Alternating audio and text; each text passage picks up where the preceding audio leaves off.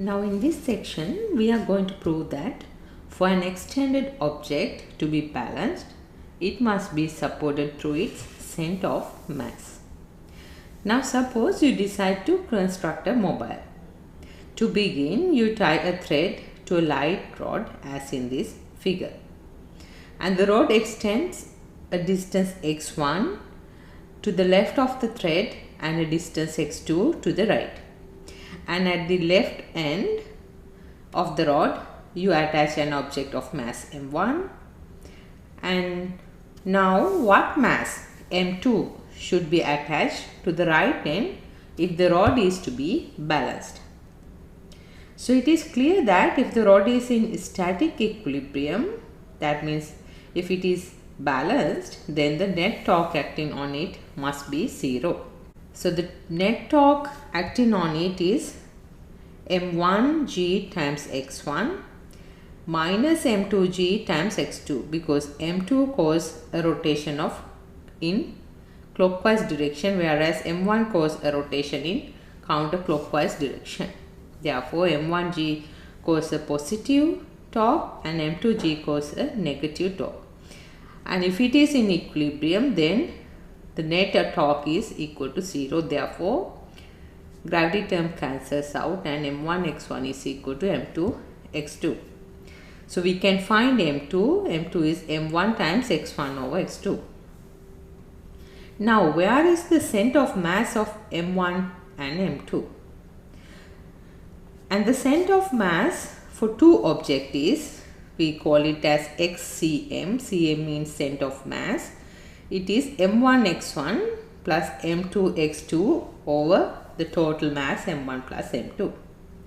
Therefore, from this equation we can find the center of mass in this system, and in this case x1 is in negative x direction and x2 in positive x direction. Therefore, it is m1 negative x1 plus m2 x2 over m1 plus m2, and this is equal to m1 x1 minus m2 x2 over m1 plus m2, and there is a negative sign in front of the equation.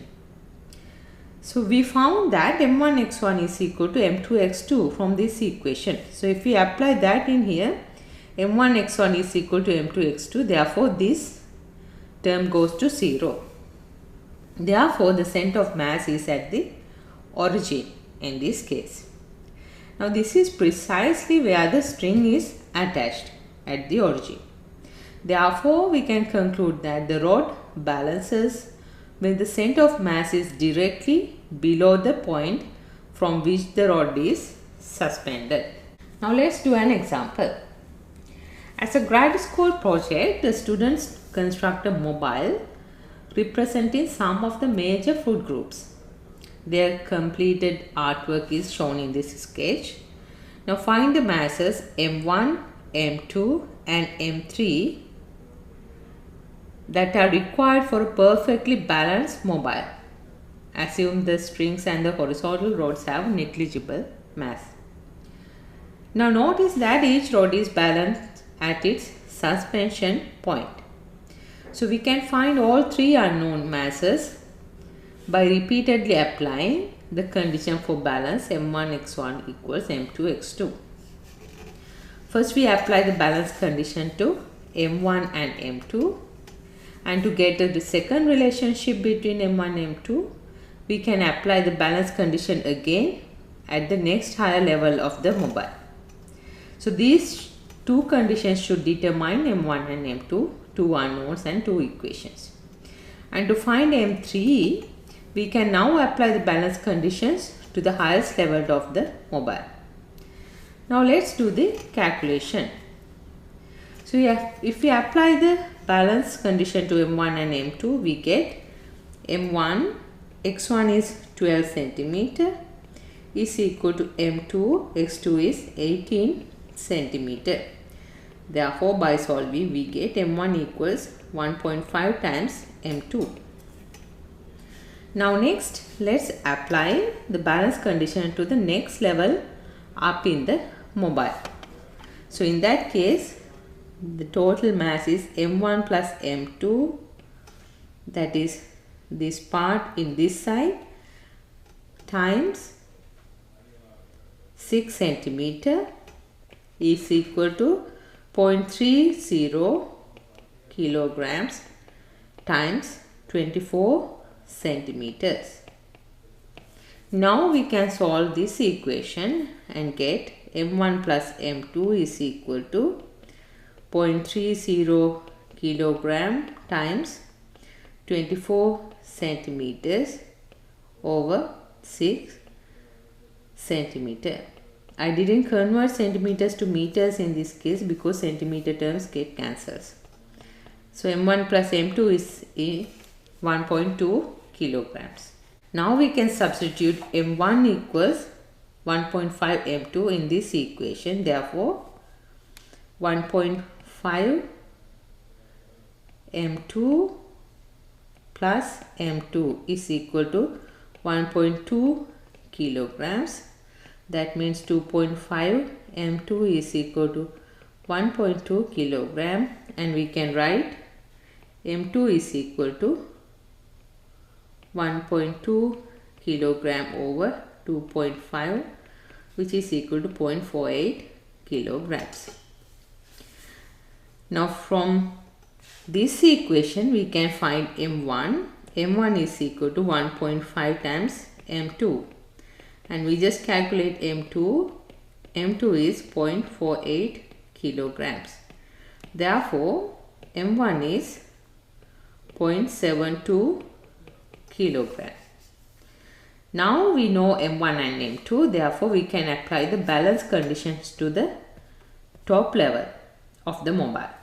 So in the top level, in the left side we have 0.72 kilogram plus 0.48 kilogram plus 0.3 kilogram plus 0.2 kilogram. All the masses in the left side times the distance is 18 centimeter.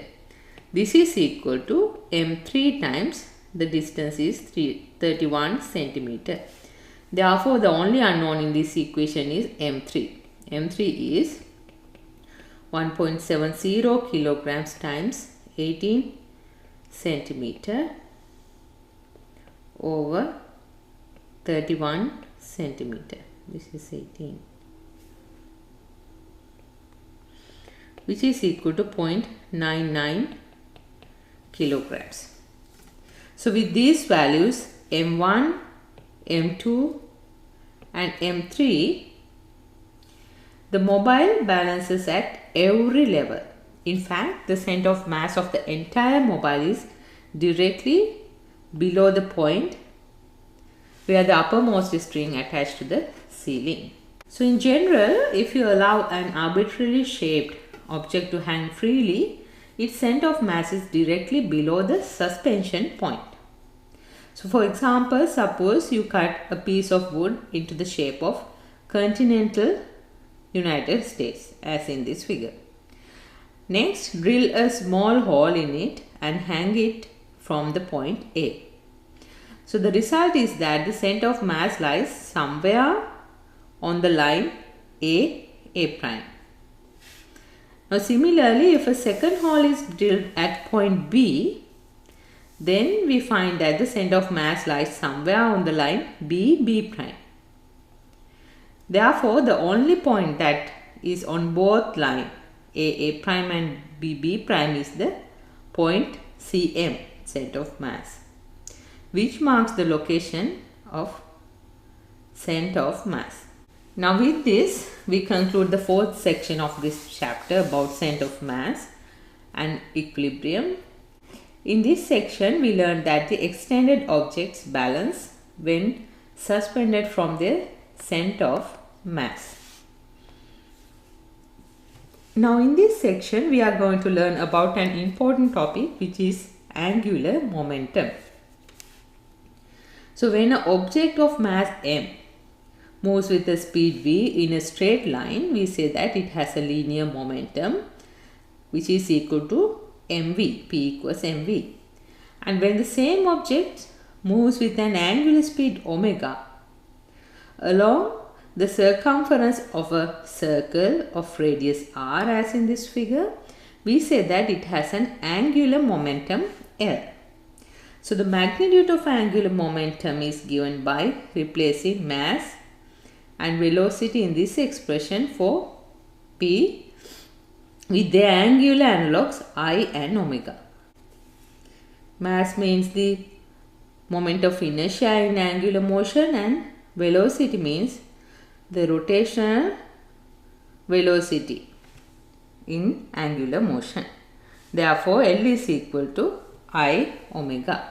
And the SI unit of angular momentum is kilograms meter square per second, because angular momentum I is in kilogram meter square and omega is per second. Therefore, the SI unit of angular momentum is kg m square per second. Now, this expression applies to any object undergoing angular motion, whether it's a point mass moving in a circle or a rotating hoop, disc or other object. But we can define angular momentum for a point mass specifically as L equals Rmv or Rp, because for a point mass I is equal to mr square. Therefore, we can substitute I in this equation. I is mr square and omega. We know that from V equals R omega equation, omega is V over R. Therefore, we can substitute this in here for omega. Omega is V over R. 1 R get cancelled. This is mRV. Or we can write it as Rmv. And mv is the linear momentum P. Therefore, we can write angular momentum L is equal to Rmv or Rp, and this is valid only for a point mass moving along the circumference of a circle. And we can say that the angular momentum is the rotational analog of linear momentum. Now, let's consider a more general case where a point particle moving at an angle theta with respect to the radial line, as in this figure.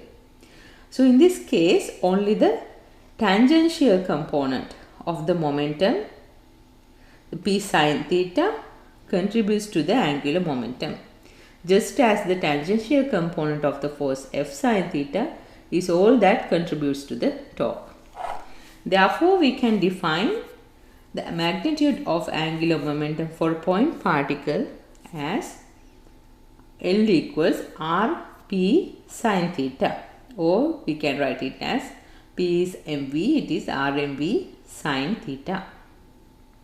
Now, if the particle moves in a circular path, then angle theta is 90 degree, and therefore the angular momentum is L equals Rmv, because sine 90 is 1.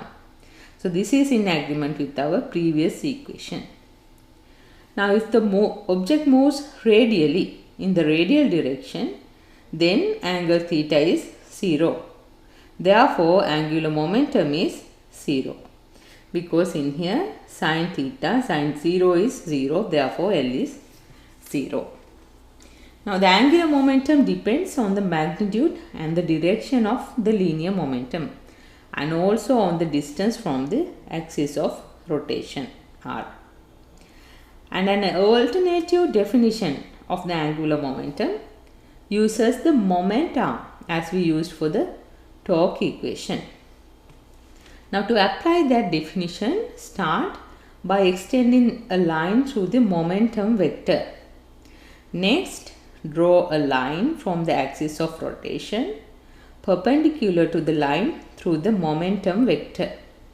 Now, this perpendicular distance from the axis of rotation to the line of P is the moment arm. So, from this figure we see that moment arm P is R sine theta. Therefore, we can define the angular momentum equation involving moment arm. L is R moment arm times P, or P is mv. Therefore, L is moment arm times mv. Now let's look into some examples involving angular momentum. Find the angular momentum of a 16-gram DVD spinning with an angular speed of 125 radians per second and a 125 kilogram motorcycle driving with a speed of 8.92 meters per second on a circular track of radius 35.7 meters. So in part A, we can use the equation L equal I omega to find angular momentum. And we know that for a uniform disk, the moment of inertia I is equal to half mr square. Therefore, L is equal to half mr square times omega. Now we can substitute the numerical values. Half, mass is 0.0160 kilogram and R is 0.0600 meter square and omega is 125 radians per second. Therefore, L is equal to 0.00360 kilograms meter square per second. Next, we can treat the motorcycle as a particle of mass m. Therefore, L is equal to Rmv. For a particle of mass m, we can write the angular momentum equation as L equals Rmv. And here R is 35.7 meter and mass is 125 kilogram and V is 8.92 meters per second. Therefore, L is 39,800. The unit is kilogram meter square per second. So if you are given the terms Rmv or the moment of inertia, then we can find the angular momentum from these equations. Now let's see another example. A hockey puck moves straight toward the goalie with a speed of v as shown in this sketch. The puck is also observed by a defender. Now find the angular momentum as measured by the defender, given that R is 1.45 meter and theta is 72.5 degrees. And we are asked to use the expression L equals Rmv sin theta.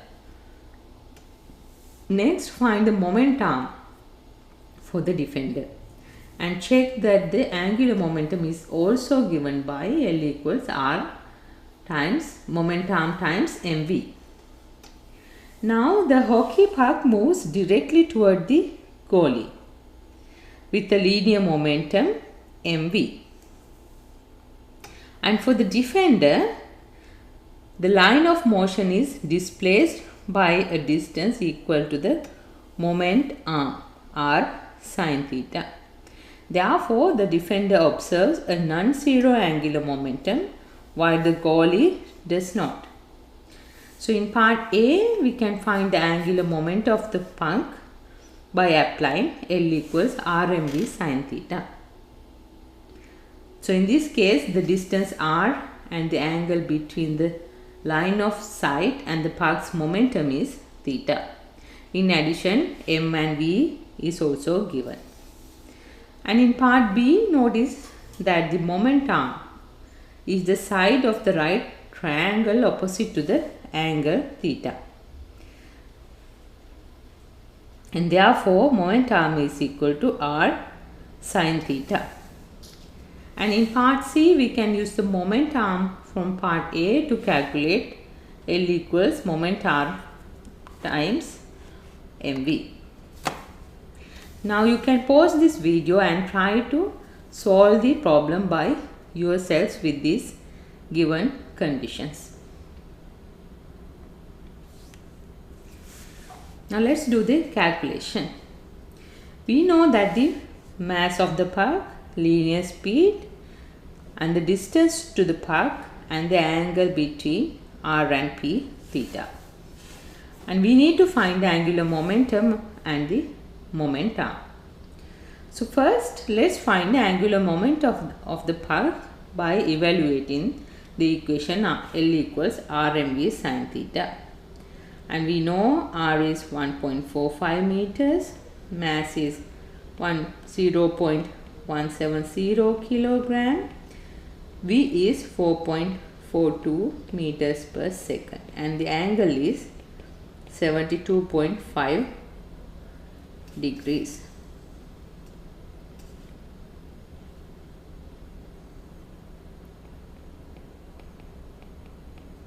Therefore, L is equal to 1.04 kilograms meter square per second. Next, we can calculate the moment arm using this equation. Moment arm is equal to R sin theta according to our sketch. Therefore, moment arm is equal to R is 1.45 meters, sin theta is 72.5 degrees. Therefore, moment arm is 1.38 meter. Now we know the moment arm value. Therefore, we can evaluate angular momentum using this equation. So moment arm is 1.38 meter times mass is 170 kilogram and velocity is 4.42 meters per second. Therefore, angular momentum is 1.04 kilograms meter square per second.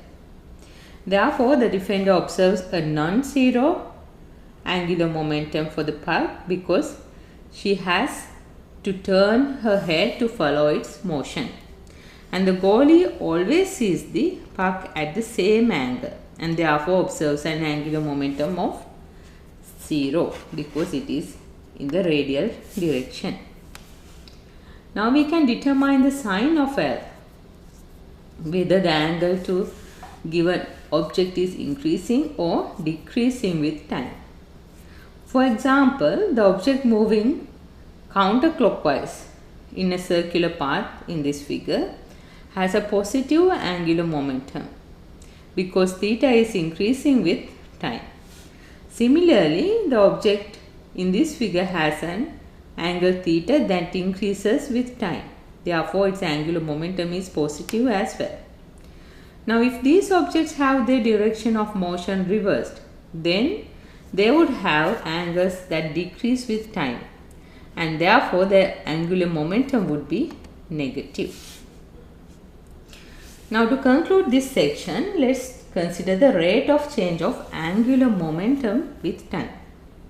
So, let's assume the moment of inertia is constant, which is true as long as the mass and the shape of the object remain unchanged. Therefore, the change in L in a time interval delta t is delta L over delta t is I delta omega over delta t. This comes from L equals I omega equation. And we know that delta omega over delta t is the angular acceleration, which is alpha. Therefore, we can write delta L over delta t or change in angular momentum is equal to I alpha. And we know that I alpha is the net torque. This is equal to net torque. Therefore, we can write the Newton's second law for rotational motion as sigma tau equals I alpha, or it is equal to delta L over delta t. And this is the rotational analog of Newton's second law for the linear motion, which is sigma f is equal to ma, and ma is delta p over delta t. Therefore, just as force can be expressed as the change in linear momentum in a given time interval, torque can be expressed as the change in angular momentum in a given time interval. Now, let's look into an example involving torque and angular momentum. A ceiling fan experiences a constant torque 1.9 Newton meter if the fan is initially at rest. What is its angular momentum 2.6 seconds later? So, we can solve for torque using the change in angular momentum equation.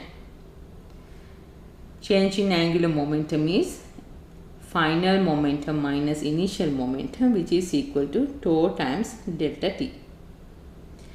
Now notice that the initial angular momentum Li is 0. Therefore, delta L is Lf, which is equal to tau times delta t. Now we can find the final angular momentum Lf, which is equal to tau times delta t. So tau is given 1.9 Newton meter and t is 2.6 seconds. Therefore, the final angular momentum of the fan is 4.9 kilograms meter square per second. Now we conclude the sixth section of this chapter. So in this section, so far we learned that angular momentum plays the same role in rotational system as linear momentum plays in the linear system. And the angular momentum is given by L equals I omega for a rotating system, or for a point particle it is equal to RmV sin theta. Next, the rate of change of angular momentum delta L over delta t is equal to the net torque applied to the system. Now let's move to the next section of this chapter.